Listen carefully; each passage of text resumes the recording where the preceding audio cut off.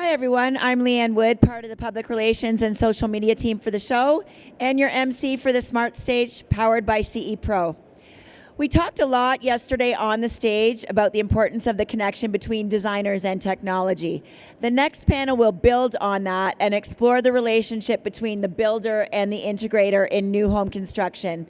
Sponsored by Brilliant, Jason Knott, Chief Content Officer for CE Pro, will moderate.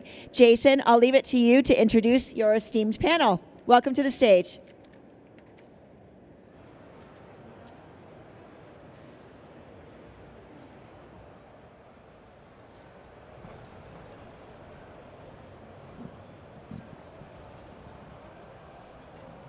Thank you, Leanne. Thank you, everybody here in the audience. Thank you. Welcome to everybody out there in Facebook land. We're excited to talk to you today about an important topic that I know a lot of integrators have dealt with over the years, and that's how do they get a home builder to look at their technology and their offering and move it from not just being an option, but being a standard in their home. And I don't want to say it's easy to have it be an option, but I can remember talking to a builder years ago who had an option on his list for balconies, and he only made single-story homes. So it can be a little bit easier to be an option than a standard. But we're going to talk about what it takes, what are some of the technologies that help you get over that hump. And I've got a great panel with me today. We're hoping to leave some time for questions too. So you've got questions, please leave those towards the end. With me is Aaron Emmy, CEO and co-founder of Brilliant. Aaron, thank you. Tell us a little bit about Brilliant. So Brilliant makes a home control that gives touch and voice control over smart home devices throughout the home, accessible to anyone in the home. It includes a video camera, so you have room-to-room intercom services and remote video monitoring. It replaces a standard light switch, so it requires no special wiring and no hole in the wall. It retails for as little as $299 all in. It's self-contained with no servers, no custom wiring. And we launched this product a year ago at CEDIA. We were honored then to win the best award for the whole home control, and it's a delight to be back again in a year to talk about the experience that we've had working with integrators and with builders in making smart home automation a standard feature. Thanks, Aaron. We're going to talk more, of course, about how that particular technology can help drive what we're talking about for the topic today. Next to Aaron is an old friend, Dave Berman, president of ESD Technologies. Dave, tell us about ESD and yourself a little bit. Thank you. Appreciate that. ESD Technologies is a company that specializes in low voltage contracting, security and surveillance services, home control and automation, system design and integration, like many of you. And we were looking for a solution that would basically differentiate our business from the majority of custom installers and contractors in the field, one of which specifically spoke to production build and semi-custom build, and we'll talk more about that. Thanks, Dave. And last but not least, on my far left, your far right, Brandon Tata, who is division manager at Graham Hart Home Builders. Brandon, tell us a little bit about Graham Hart and yourself. Okay. Thank you, Jason. Graham Hart is a home building company based out of Dallas, Fort Worth. We have a diverse product offering that includes single-family homes, townhomes, condominiums, and multifamily in Colorado Springs. And we really feature on distinct architecture and with a focus of distinction and distinguishing ourselves from our peers in the Dallas-Fort Worth marketplace. Great. All right, let's dig right into this. I don't want to pussyfoot around here. Aaron, give us a landscape of the technology solutions out there that can help help be something that a builder is really going to want to put in as a standard option versus an option. Yeah, I think what you need to look at in terms of what enables that to happen from a technology point of view is the overall trend of technology over time. And we've seen in domain after domain that things get smaller and cheaper and better over time. So what's happened is you look at these really sophisticated components that go into something like a Brilliant control, and there's a screen, and there's a really powerful processor that just a few years ago would have been a supercomputer, and there's a wireless networking, and there are all these things that have been riding the technology wave of smartphones and smart tablets and become very inexpensive as a result of that. And now you can pack so much power into such a small form factor at such a low price that you don't need a closet full of servers, and you can have it all fit in a standard electrical gang box, so you don't need a special hole in the wall, and that's already got power running to it. So you get this capability to build something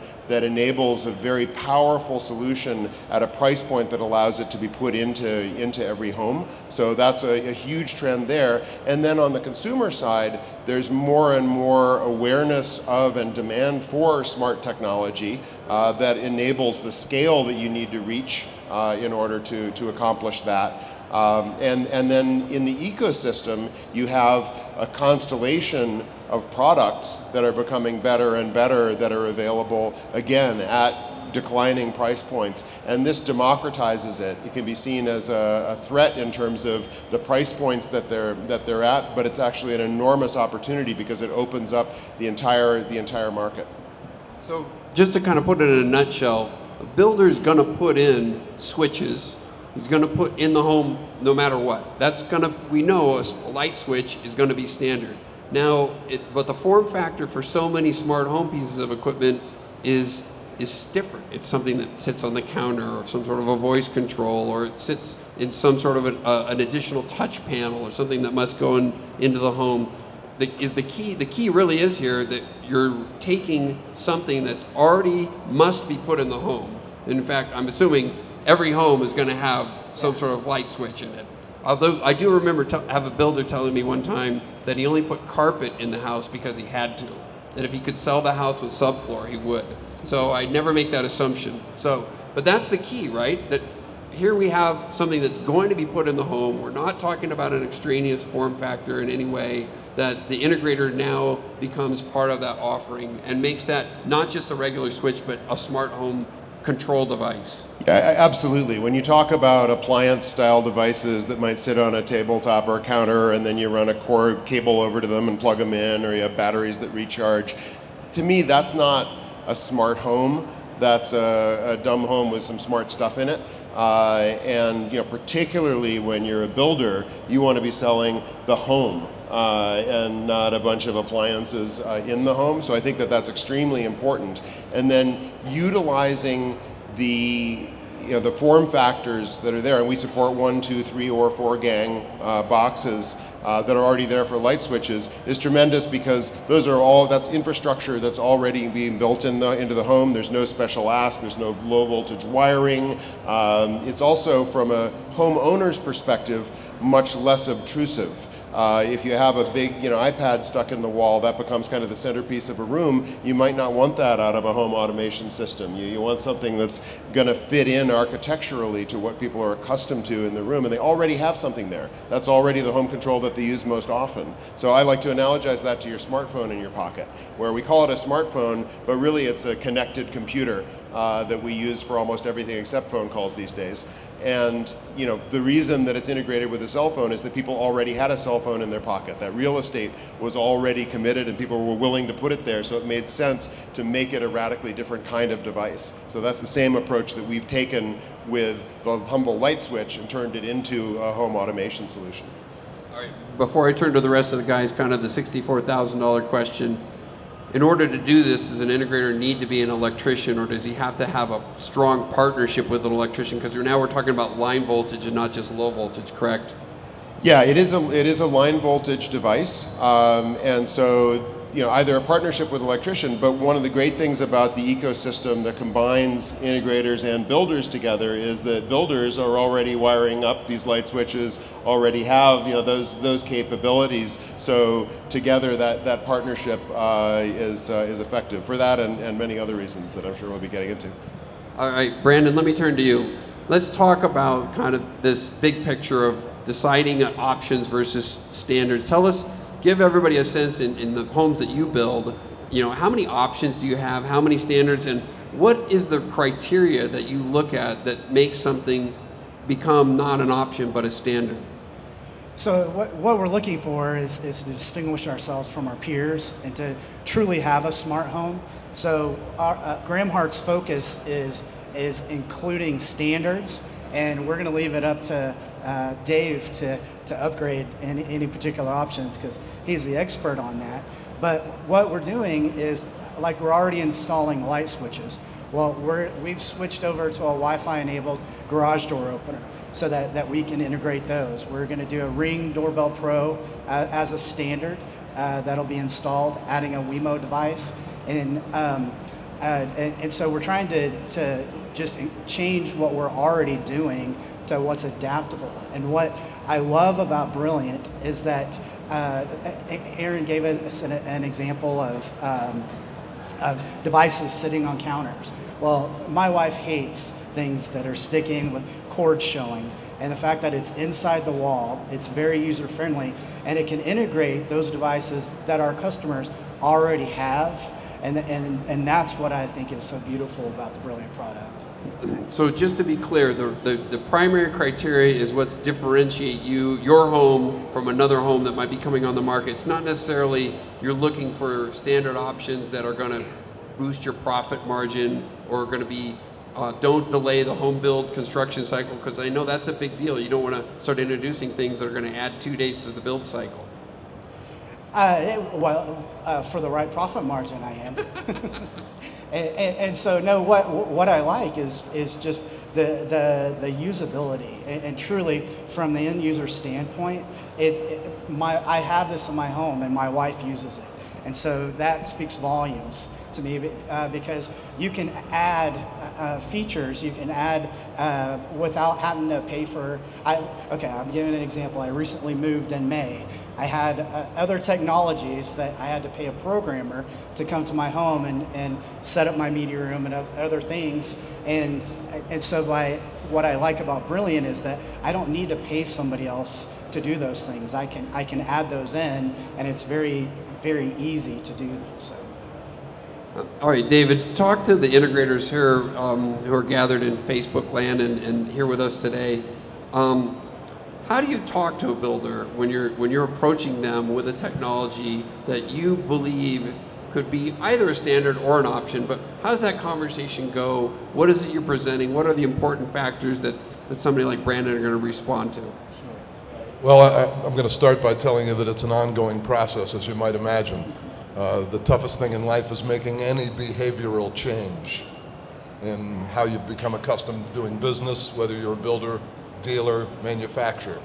And re-education is a tipping point that changed my company's destiny, and that was a quick story. I owned a speaker manufacturing company. We made very high-end handmade loudspeakers for 10 years. My sons grew up in that factory, and when they were 18 and they were going off to college, I asked them if they wanted a pair of these $3,000 or $4,000 speakers for their dorm room, and he looks at me and says, "No, Dad, I'm okay with my Beats." And then I thought, these are the guys that I'm going to have to sell product to in 10 years or 15 years, and they are not even closely connected to the passions that got me into this business. In much the same fashion, when you look at a builder, they have a process and a way in which they go to market to build a house that relies, in fact, on relationships made 10, 15, 20 years ago. I often ask the question, why do we still put coax jacks in the majority of homes that are being wired? Why do we put standard light switches on the walls, knowing the technology that we've grown up with in this business for the past 30 or 40 years? And it's because people don't like change. In order to bring them into an understanding of what smart home technology is, ESD Technologies needed a stepping stone, a platform that would help them gravitate to it. Nobody wanted to be a slave to me as a programmer. Nobody wanted to be a slave to Alarm.com or IP Datatel, who were providing services that would automate functionality in your house for a recurring fee. They wanted to buy Amazon. They wanted to buy Google and Nest and Ring, and they were buying it without my input. And now I needed a vehicle that would allow me to unite those technologies in a way that they would see beneficial and make home technology what it should have been all along, which is invisible to the person utilizing it. If you have to work at it, it's not beneficial technology. And think of how many apps you have on your phone and how long it takes you to learn the interface of that new app, or how to control these disparate, or which one's open. That's the plague on our consuming friends, on the people like us who buy this stuff every day. So I guess the end result is, Brilliant is that vehicle. For me, it was, God forgive me, the second coming. It was one of those platforms that every customer would benefit from, every house would benefit from, and it would automate the majority of what they use and give them an ecosystem and a place to play, and more importantly, the DIFM technology that we were espousing to earlier in our conversation. It's not do it yourself, it's do it for me. And we think this is the right road to get there. Sorry for that. Did you encounter hesitancy from a builder? You know, one of the things I hear from builders consistently is they fear technology because they don't want to have callbacks. I don't get callbacks for the roof. I don't get callbacks for the stucco. Right. So how do you forge that relationship with the home builder to assure him that this technology you're putting in, one, you're going to be the one that's going to be reacting to it, not the builder, and that this is, you know, I don't want to say foolproof because nothing's foolproof, but this is not something that's going to be where there's going to be a constant headache of callbacks. Well, there's two aspects to that. The first is that we were already partners with companies like Brandon, where we were doing the infrastructural wiring and providing security and trim services. So there was some implied relationship of trust having done business over that time. The answer lies in two things. First is Brilliant's support of us as a company, and second is in how we supported the builder so that there would minimize any opportunity for those types of issues to occur. The first is that this product really can't be put in until there's Wi-Fi. And once that takes place is after the home is closed and after the homeowner's services are in place with whomever they've chosen as their ISP. So there's very little liability except on the warranty side to the infrastructure. What Brilliant does in order to ensure the builders that this product is reliable and something that will help them sell houses and make the customers more comfortable is they supplied us with a model program that allowed us to put it in every one of the model homes from which they sell. And even homeowners who had purchased before that technology was in place were infatuated with it and asked about it and began to engage with us. So we basically added a second meeting in our process beyond the initial pre-wire and trim service meeting with the clients on behalf of the home builder. The second meeting comes just shy of the closing, where we're telling them, you know, how this process is going to go and what they can do with it and what their options are. And again, it's a very engaging thing. So by the builder opening up that opportunity for us and the support we received from Brilliant, it became a no-brainer, a very simple process in low liability. Talk a little bit about the training process. You know, a lot of you walk into a model home and there might be a salesperson there from the builder and somebody asks about the smart home technology, and I've done it myself. Right. I don't know much about that. How do you get them up to speed? Are you engaged in that sales process? What's the best relationship there? Well, that's what I alluded to earlier, is they provided not only the model units that were functional that we installed, but also point of sale type materials that were focused on the builder with their logos and their informational and on their backdrops that we could place on countertops that would engage the client enough to push to us. And then that phone call would occur and we would meet them and discuss the opportunities of the product. Did you have to do training with the builder salespeople, sit down, have them play with it, work it? Yeah. And Brandon, on your front, how did your team feel? Did they feel 100% comfortable with this, or do you just as comfortable as they would with turning on and off the faucet? Well, the strategy that we exercised was actually having our sales staff become to have the product themselves. And I have it in my home and tested it for a while, and so I want them to really believe in it and you know, give it to them so that they're going to use it and really believe in it, so that they'll be excited about it, and they can talk about how they've integrated all of their devices in their own home, and then they're showing it in the model home, and when they have that belief because they are using the product, I think that really helps. Give us a rundown of what smart home technology you have, both as standards and as options beyond just the Brilliant product. What Are you really out there building smart homes as you guys are producing smart homes for buyers, or is this just one element? Give us a sense of what you've got in there. No, it's just one element. I mean, the way that we set it up is we actually depend on David on selling that. We really like to promote him as the expert, and so any of the options or anything that we sell, we're really putting it back on David. And that's part of our pre-planning, our pre-construction process, is they meet with him, he upgrades that, he communicates back to us any high voltage changes that we need to make, and then it's really a collaborative effort. And we just want to really have standard options that introduce the technology sort of to the masses so that we can let David sell and get that return business. If I could, I'm just going to add to that, Jason. In the course of the relationship with the builder, there were three critical elements that from retail days and custom days I knew. The first one was the accommodation program, get it in their hands, they'll fall in love with it, and then of course it becomes easier to talk about it. Second is we did have a separate training with the builder and warranty side as well as with the sales teams, focused on different messages, right? And then the third aspect of that, of course, was the materials at point of sale with the salespeople. We needed to engage the clients, because if you just walked around and saw a weird looking light switch on the wall, you probably wouldn't go play with it, especially if it had artwork on it. So we needed to engage them, to engage the client, to actually physically touch the unit and play with it. The strategy in the smart home side as a package is to take a common platform like an Amazon Dot, a Ring doorbell, and a Brilliant device as the master control, and whet the appetite. And so that's the base package that we put in every home. Beyond that, we have option packages at the table when they meet with us for pre-wire or for upsell that have a light switch package with 4 dimmers and install, or a thermostat package, or a security package, or a garage door package. And just so I can get a sense, what's the square footage of the home, and then how many switches are you putting in? It's not every switch, it's particular switches. How many in general? We're including one as a standard, and our square footage range from 1,600 to over 4,000 square feet. And is that typical kitchen? Where's that placement typically? So we let the customer choose. So it's not installed until after they move in and establish Wi-Fi service. So we don't dictate where it goes, and really let them work with David, decide their best location.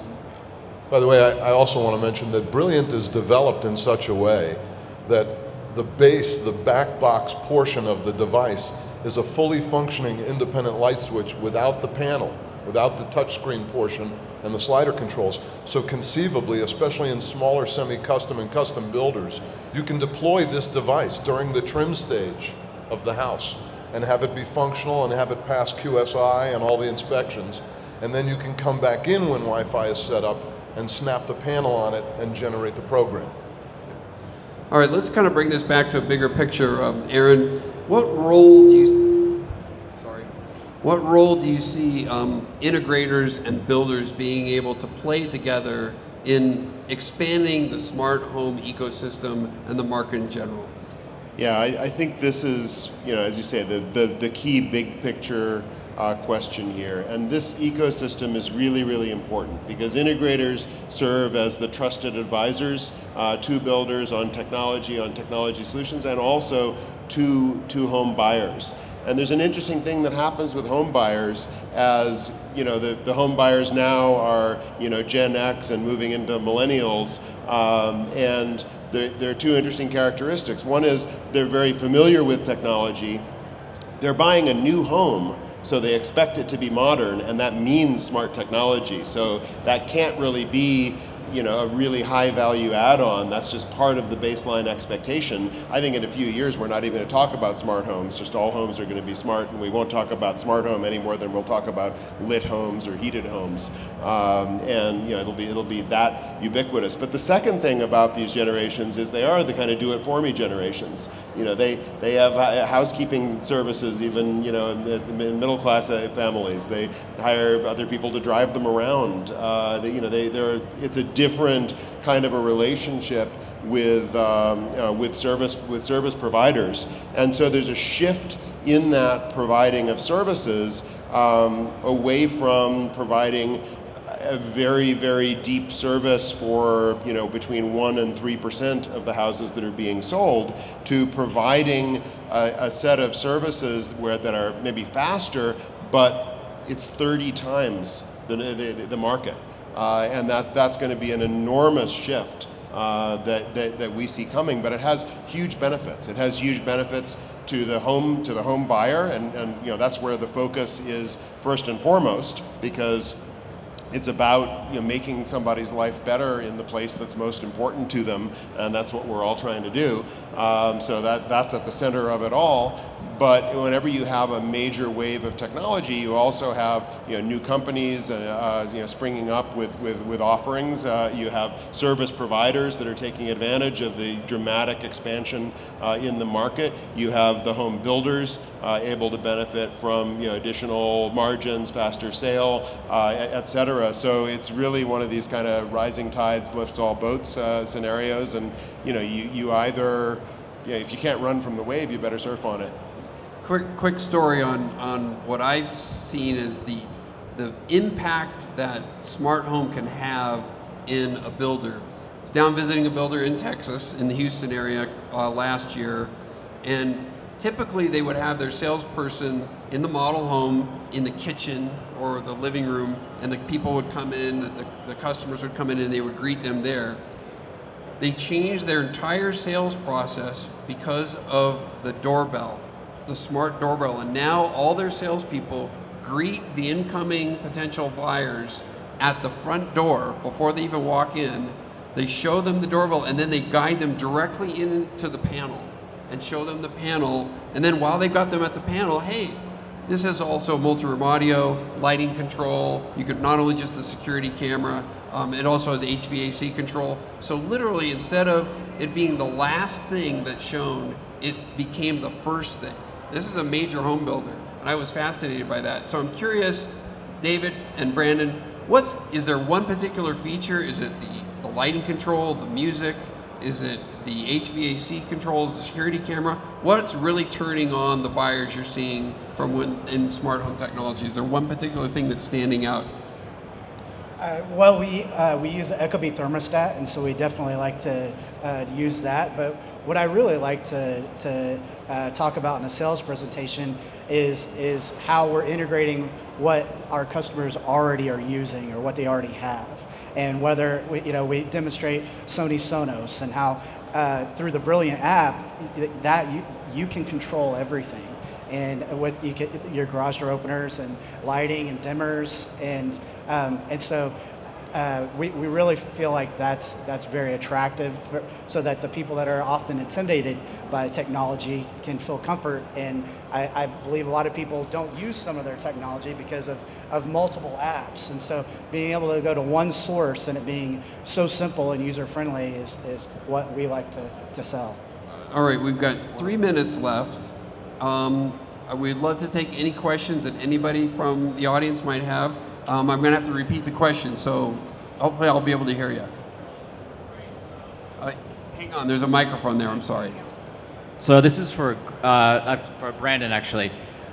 What was the tipping point that got you guys to embrace smart products? Because I'm seeing with builders in Massachusetts where homes sell really quickly, they say, I make good homes, they sell fast, I don't need smart tech.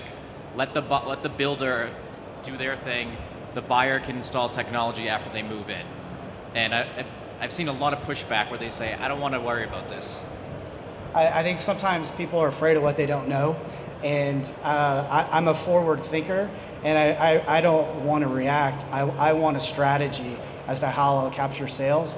And so I want to be able to show how technology can be embraced by all. And so that the tipping point was when I learned how you can integrate, a Ring and Ecobee thermostat and light switches, and just how all of the different technologies that people are already using can just be made more simple in how you're using it. And so as a home builder, I think that that's an easy sale. That is all you're doing is showing them a better way to organize their technology and take away, the what sometimes they're intimidated by.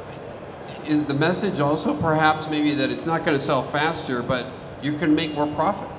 Absolutely, that's the smart home. reason of our existence is to make a profit, and so if I could do that by providing a service that I actually believe is actually going to benefit their lives as they move into their new home and create new family memories, I think every home builder will be making the decision that Graham Hart has made. I was going to add one last point to address that topic. Of course, we're blessed to do this for several other builders, one of whom was run by an accountant, which is a very common thing in the build side. And accountants generally don't ask themselves, what will help me sell the product? They ask themselves, how can I make it less expensive to build the product? And what we discovered was that the thought process for most builders we originally approached with this was, where can I take the money from to cover the cost of what you're asking me to do? And then the second part of it is, what exposure do I have to the client, the homeowner, home buyer, after the sale? Because that's what kills my profitability. And my two answers were, if the house is $250 and you put $1,000 of home control in and you charge $252, is there a single buyer out there that's even going to know? And now, haven't you created a differentiation in the marketplace that builds some credibility, some reputation for your concierge of incorporating the client's lifestyle, right? If I could just add in, one thing, this is not hypothetical. We've been in market for just 1 year.